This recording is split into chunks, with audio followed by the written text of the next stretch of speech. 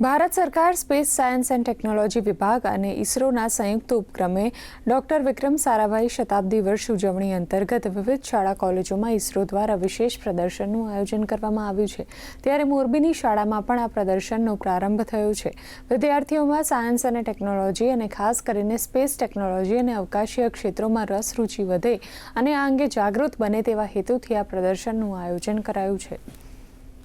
મોરબીના બાળકોને વિજ્ઞાનના પ્રત્યે અને ખાસ કરીને સ્પેસ વિજ્ઞાન પ્રત્યે એ લોકોને રુચિ બની રહે એ માટે અમે આખું એક્ઝિબિશન અહીંયા લઈને આવ્યા છે।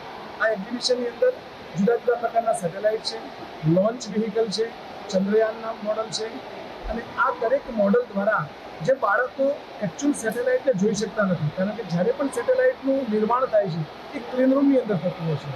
ક્લીન રૂમમાં નિર્માણ થયા પછી એનું ઇન્ટિગ્રેશન ક્લીન રૂમમાં થાય અને લોન્ચિંગ થયા પછી અવકાશમાં થાય, તો બાળકોને સામાન્ય રીતે આ સેટેલાઇટ જોવાનો મોકો મળતો નથી। તો સરકાર દ્વારા એક સરસ પ્રયાસ છે કે દરેક અલગ અલગ દેશના જુદા જુદા વિસ્તારમાં બાળકો સુધી પહોંચીને આ સેટેલાઇટના મોડલ દ્વારા એ વિજ્ઞાનને પર્ટિક્યુલર સ્પેસ વિજ્ઞાનને જાણી શકે એવો અમારો પ્રયાસ છે।